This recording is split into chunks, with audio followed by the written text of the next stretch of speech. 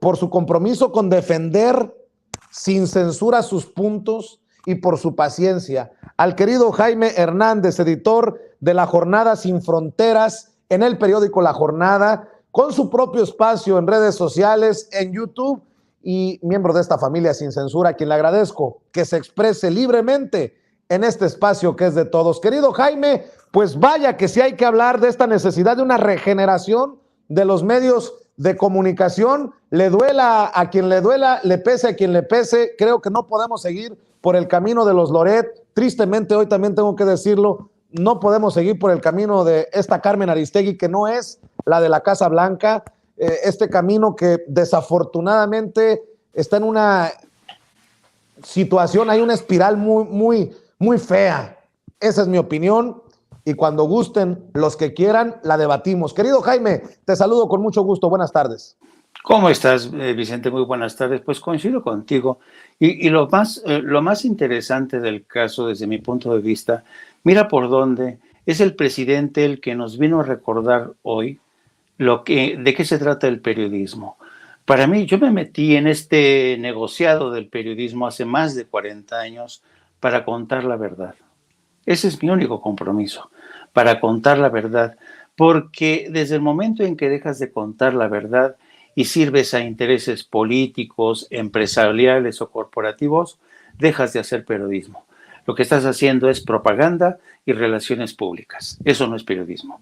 Y yo creo que el presidente, insisto, resulta incluso hasta da pena ajena que un político como Andrés Manuel López Obrador venga a recordarnos a los periodistas de qué se trata este negocio, ¿no? De contar la verdad, de separar el trigo de la paja. Nada más. ¿Y qué es lo que ha pasado en el curso de las últimas horas, de los últimos meses, en esta nueva embestida contra el presidente Andrés Manuel López Obrador? Que nos topamos de nueva cuenta con un nuevo reportaje de Carlos Loret de Mola y Mexicanos contra la Corrupción. Un reportaje, lo estuve revisando, construido a base de medias verdades, especulaciones, a base de inferencias. Exacto, de inferencias, a partir de hipérboles, es decir, de exageraciones en cuanto al costo de la... Estaban diciendo, bueno, que el costo donde vive el hijo del presidente, el precio, según el precio catastral, está en 300,000, pero puede llegar a los 600 tantos mil dólares. Digo, en Estados Unidos, quien vive en Estados Unidos sabe muy bien que una casa modesta de clase media vale eso y más, ¿no?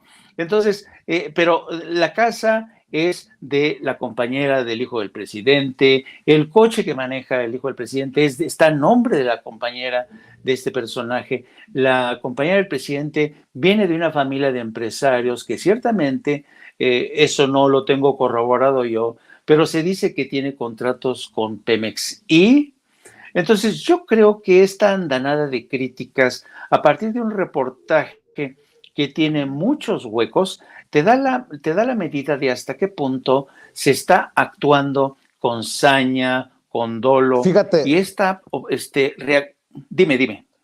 Fíjate, Jaime, y no es la primera vez que hablamos de huecos, de inferencias. Carmen ya lleva dos en muy poco tiempo. Está la del café, de los chocolates de los hijos de Andrés Manuel López Obrador, que fue una investigación que los propios autores asumieron que tenía muchas inferencias. Y nada más para que sigas, Jaime, con tu análisis y desmenuzándonos desde tu perspectiva esta situación, los compañeros de producción nos ponían en pantalla el tuit de Denise Dresser, una de las figuras de las mesas de análisis de Carmen Aristegui, que por cierto, gracias Manina por los 129 pesos de superchat, que dice, échamelo mi querido Luis, échamelo. Lo relevante del escándalo Houston, José Ramón López Beltrán. Incongruencia. AMLO pregona austeridad y critica aspiracionismo, excepto cuando se trata de cercanos. Posible. Fíjate nada más. La irresponsabilidad. Posible conflicto de interés, tráfico de influencias. Hijo habitó casa de empresario que tiene contratos con Pemex. No, eso no es periodismo. Eso no es ni siquiera análisis honesto de una académica como Denise Dresser, que está convertida en un payaso, con mucho respeto. posible. No, a mí demuéstrame que hay conflicto de interés, porque si no hay conflicto de interés, pues no hay cuerpo del delito y no hay delito que perseguir, Jaime. No, y además, si tan seguros están de que el hijo del presidente y el presidente mismo han incurrido en un conflicto de intereses, que se denuncie, denúncienlo, pero no solamente lo denuncien, sustancien, por favor, sustancien esta denuncia con pruebas documentales, con testimonios, porque de otra manera yo no entiendo cómo se atreven a elevar este tiro contra el presidente de la República. Yo creo que en el caso de Carmen Aristegui, fíjate que en el caso de Carmen Aristegui, yo creo que Carmen ha sido una periodista que le han puesto un altar, la pusieron en un altar y la convirtieron en una especie de paladín de la libertad de la expresión. Y yo creo que en su momento Carmen Aristegui sí que sufrió los embates del poder político cuando denunció, ¿te acuerdas cuando hablaba del problema de alcoholismo de Felipe Calderón? Claro. O destapó en su programa, gracias al trabajo de otros periodistas, el tema de la Casa Blanca. Y dice, bueno, pues qué bueno que esta mujer tuvo las bragas suficientes para denunciar este caso y tuvo que soportar esta embestida. Pero el periodismo, Vicente, no es un día sí voy a ser independiente y al día siguiente voy a ser medio independiente. Un día voy a ser de izquierda y otro día voy a ser de derecha. Entonces, por eso a mí me da un poco de tristeza, francamente, el hecho de que una mujer como Carmen Aristegui no haya sido más cuidadosa y escrupulosa a la hora de aceptar dar difusión a este nuevo reportaje, porque a sabiendas de que incumple las máximas que te piden, por ejemplo, este reportaje, yo no vi en ningún momento que le pidieran la opinión al propio José Ramón de lo que se les acusa, nada, no recabaron la opinión del presidente o de la oficina de la presidencia, no, se aventaron como borras, como suelen hacerlo, solamente tomando parte de la verdad, la media verdad, para lanzarla y de esta manera estigmatizar al presidente, darle por ahí donde es más fuerte el presidente en su honestidad. Así es que yo creo que Carmen Aristegui se ha hecho un flaco favor porque después de haber estado en el pedestal de los periodistas independientes, valientes, desafortunadamente a muchos de sus seguidores, a mucha gente que consideraba que esta mujer era transparente, era rigurosa, era profesional, pues se ha venido abajo, se ha caído como una figura de barro.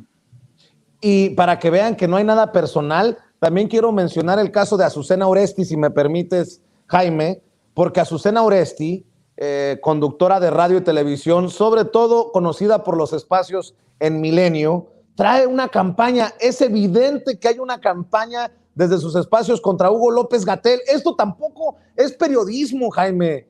Las personas interesadas en sumarse a la demanda pueden enviarme un correo y le da voz al abogado Coello Trejo. Y luego saca otros tweets y le da por este lado. Aquí la manera para contactar al abogado y sumarse, ¿qué dice el tweet, Luis?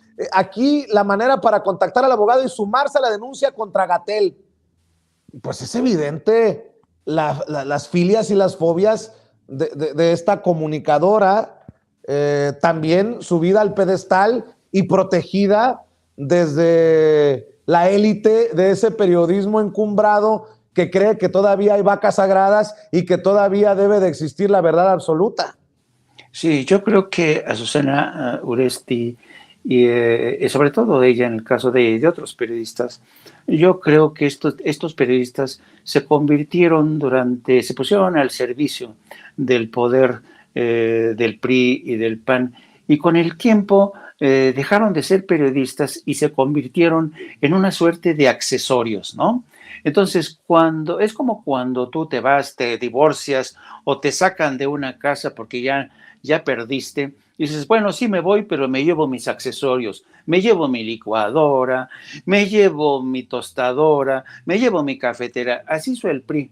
y el PAN. Se llevó a su cafetera a Azucena Oresti, se llevó a su tostadora a Carlos Loret de Mola, se llevó a su licuadora whatever, columnista que sigue escribiendo a favor de estos intereses políticos, sectarios, ideológicos y corporativos. Y yo creo que con este tipo de acciones solitos se desnudan, como tú dices, ¿no? Solitos, no hay necesidad de señalarlos, ellos solitos se retratan de cuerpo entero y aparecen ante nosotros con todas sus miserias, con todas sus precariedades y con todos sus defectos. Bueno, déjame plantearte otros temas, querido Jaime, porque vaya que si hay que informar, el presidente Andrés Manuel López Obrador pide que el embajador de Estados Unidos explique qué hacen agentes del FBI en Quintana Roo. Pues que no han entendido lo que dijo el presidente, que ya no van a hacer y deshacer a sus anchas como en otros gobiernos, como en el gobierno del comandante Borolas, cuando agentes de la DEA, del FBI, de la CIA entraban como Juan por su casa, que ya se acabaron los tiempos de Calderón, de Peña Nieto, de Fox.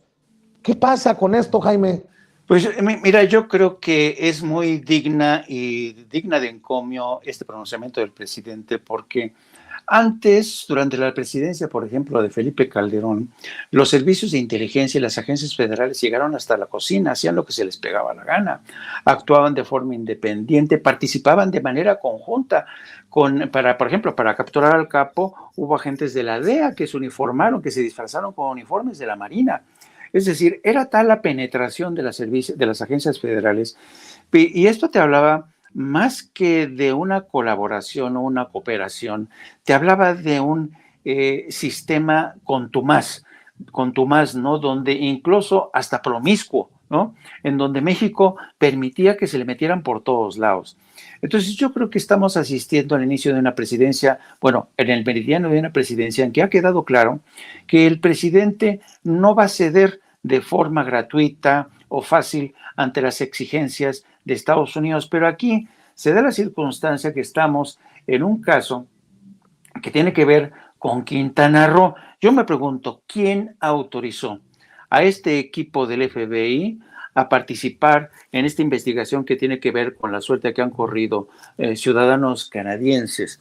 A mí me gustaría mucho saber quién autorizó. ¿Fue el gobierno de la entidad que está a cargo de Carlos Manuel Joaquín? Un hombre que ya sabes, llegó al poder con el respaldo de el PRI y el PAN, perdón, del PRD y del PAN. Entonces, él fue quien pidió el auxilio del FBI, informó al gobierno de México, y yo creo que es justo no reclamo, sino la petición al embajador Ken Salazar para que informe en qué momento se le solicitó al FBI intervenir en esta investigación, porque has de saber, tú sabes perfectamente, Vicente, que el FBI solamente puede investigar temas de carácter doméstico en Estados Unidos. No puede hacer investigación a menos que el gobierno pida su intervención, como ha sido en anteriores ocasiones.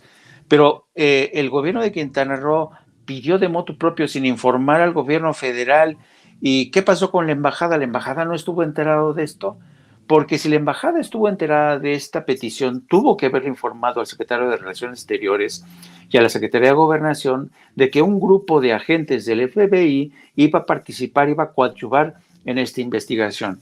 Así es que yo creo que algunos dirán, bueno, es que el presidente está pecando se está mostrando demasiado celoso. Le digo, no, pues no, porque a juzgar por los antecedentes que hemos tenido con el gobierno Calderón, yo creo que es bueno que el presidente ponga las cosas en claro y que decida, bueno, a ver, aquí hay un ejecutivo que tiene que dar permiso y los gobiernos estatales están supeditados a lo que dicte la Constitución, de tal suerte que yo creo que fue francamente digno. A mí me da mucho gusto porque tenemos francamente a un presidente que sí que sabe defender la dignidad del Estado mexicano y tiene que ponérselo en claro al embajador Ken Salazar, porque de esta manera a Ken Salazar le va a quedar clarísimo hasta dónde puede llegar, cuáles son los límites de su interacción con el gobierno mexicano, con el gobierno federal y con el gobierno estatal. Hoy hablando de dignidad o la falta de, Jaime, para cerrar, ¿qué te parece si te pregunto sobre Lorenzo Córdoba? Anda tan extraviado que yo creo que le voy a prestar un pequeño diccionario Larousse. Y dice Julieta Ramírez, la diputada federal de Morena por Baja California, al paso que va Lorenzo Córdoba, la próxima plenaria del PAN será en el INE. Bueno, pues después de estar en la plenaria del PAN ayer, hoy se presentó en la plenaria del PRD. Anda dando tumbos porque parece que no entiende su papel Lorenzo Córdoba. Juliana Tilano, miembro también de esta familia Sin Censura, dice, qué día tan pesado para quienes no se cansan de decir que defienden al INE, a Lorenzo Córdoba, y también señalan que Cuadri promueve discursos de odio. ¿Qué cosas? Este caso de Lorenzo Córdoba está muy cabrón, mi querido Jaime, porque, mira, por ejemplo, leo de las notas que me manda nuestro jefe de información, Mario Toledo, y es que tiene que pagar de alguna manera los platos rotos por su egolatría, su soberbia, su amor por el protagonismo, Lorenzo Córdoba. Hoy el presidente lo exhibió aplaudiendo la foto de Lorenzo Córdoba en la plenaria del PAN porque dice que se va terminando la simulación, pero hoy en la plenaria del PRD se atrevió a decir Lorenzo Córdoba, no vengo a levantarle la mano a un candidato. Cuando digo que no hay confrontación, cito, es que el INE no se confronta con nadie. ¿A poco tú? No se confronta con nadie, dice Lorenzo Córdoba. El INE ejerce su autonomía y desmiente información falsa cuando se nos acusa o se emite información falsa de nosotros. Habla el personaje que ha ido por el mundo hablando contra el populismo cuando señalan de populista a López Obrador. Habla el personaje que escribe en redes. Esta mañana acudí a la reunión plenaria de los diputados del PRD para dialogar sobre la agenda legislativa del periodo ordinario que está por comenzar. En democracia es absolutamente normal que la autoridad electoral converse con todas las fuerzas políticas. Estoy de acuerdo, pero no es normal, es vergonzoso que vaya a las plenarias. Jaime, te pido tu opinión. Ayer con el PAN, hoy con el PRD, el PANRD con Lorenzo Córdoba. Mira, yo creo que el caso de Lorenzo Córdoba, para mí, yo diría que Lorenzo Córdoba tiene un serio problema de ceguera política. Está más ciego que un topo en ese terreno, porque, pero además, fíjate, voy a fundamentar lo que estoy diciendo. A mí se me ocurre que Lorenzo Córdoba es como aquellas viejas tías que tiene uno, o como tu propia madre, que son, a veces nuestras madres y nuestras tías son tremendamente racistas y clasistas, pero no se dan cuenta, ¿no? Y cuando invitas a tu casa a un colega internacional que es de raza negra y todo, yo me acuerdo que una vez invité a mi madre a una cena con un colega de raza y decía, oiga, ¿quién iba a decir, verdad? Estoy aquí con una persona de raza negra, un negro, quién sabe qué. Yo me quedé así, ¿no? Madre, yo dije, pero que mi madre no se está cuenta de lo que está diciendo. Es este tipo de ceguera, de insensibilidad que tiene Lorenzo Córdoba, que es incapaz de darse cuenta lo racista que es, lo clasista que es, lo impolíticamente correcto, el sentido de la equidistancia frente al poder sectario y partidista. Para mí, insisto, Lorenzo Córdoba tiene un serio problema de ceguera política, pero además, por otro lado, tiene una soberbia impresionante. Es el hombre que yo te apuesto en su fuero interno, Vicente, este hombre cree que tiene posibilidades para quizá aspirar a la presidencia de la República y por eso se codea con el PRI, con el PAN, con el PRD, con tal de seguir siendo, ¿sabes?, uno de ellos que puede tener aspiraciones presidenciales en el futuro. Pero yo creo que el daño que le ha hecho Lorenzo Córdoba al INE, porque, Dios mío, cómo la ha embarrado, cómo la ha salpicado al INE. la ha convertido, imagínate, después de todos estos años, décadas de esfuerzo para convertir al INE en una institución creíble, imparcial, que de repente te salga este niño malcriado, este junior, que venga a ocupar un puesto y que se crea con derecho de hacer lo que se le pegue a la gana, como chivo en cristalería. Entonces, a mí me da mucho gusto que, a mí francamente me gusta mucho el estilo, aunque haya gente que no le gusta el estilo del presidente, de llamar a las cosas por su nombre. Y qué bueno que lo puso en evidencia una vez más, y qué bueno que Lorenzo Córdoba siga con esta campaña a favor de su propia carrera política, sus propias aspiraciones, pero lo que no se ha dado cuenta que en ese proceso de ir caminando hacia su objetivo ha roto muchos puentes y sobre todo se ha quedado con sin el más importante de los respaldos, el apoyo del pueblo de México. Así es, mi querido Jaime, como siempre, agradecido por tu generosidad y por tu paciencia. Y amor con amor se paga, querido Jaime. ¿Por qué no cerramos invitando a la gente para que te apoye en tu canal de YouTube y para que te siga en redes sociales, además de respaldar lo que generan ustedes de contenido en el periódico La Jornada? Así es. Yo creo que una de las grandes batallas en este siglo que se inicia, o en estos años, en esta época, es precisamente la generación de contenidos. Darle a la gente información útil, darle a la información, no imposturas, no verdaderas, hechos concretos. Y el tema de la migración indocumentada es un tema que nos preocupa mucho en La Jornada, y por eso se creó esta sección de La Jornada Sin Fronteras, de la cual actualmente soy su editor. Pero también tengo mi canal propio en YouTube, en No Apto para Cínicos, y también les agradecería si me siguen a través de mi cuenta de Twitter, @Jaime Yourno o @Jaime Journo. A ver, nada más. Sí, gracias, compañeros. ¿Qué pasó? Ni Norman Pearl está tan guapo como Jaime, ni Jaime está tan guapo como Norman Pearl. Por favor, no me hagan eso. Nunca me hagan eso. Jaime Yourno. Se parecen como algunos líderes que dicen, donde dije Jaime, digo Norman, ¿no? Y así nos confunden, nos cambian las cosas. Muchas gracias, Vicente. Una disculpa, Jaime, una disculpa. Un abrazo y ya sabes que aquí nos vemos el próximo lunes, o te voy a molestar antes si lo amerita la noticia. Cuando tú quieras, esta es tu casa. Y la tuya también. Querido Jaime, un abrazo. Gracias a Jaime Hernández, editor de La Jornada Sin Fronteras, hablando con nosotros sin censura. Gracias a Esteban Ferrón por los $20 de superchat. Dice, se están quitando las máscaras. Yo seguía a Aristegui, pero ya nada con esos traidores. Hay que seguir con el cambio. Gracias, Vicente, por tu amor a México. Saludos desde Utah, en Estados Unidos. Utah, estás muy lejos, mi querido Esteban. Un abrazo, Esteban, hasta donde nos estás viendo y escuchando. Bueno, déjenme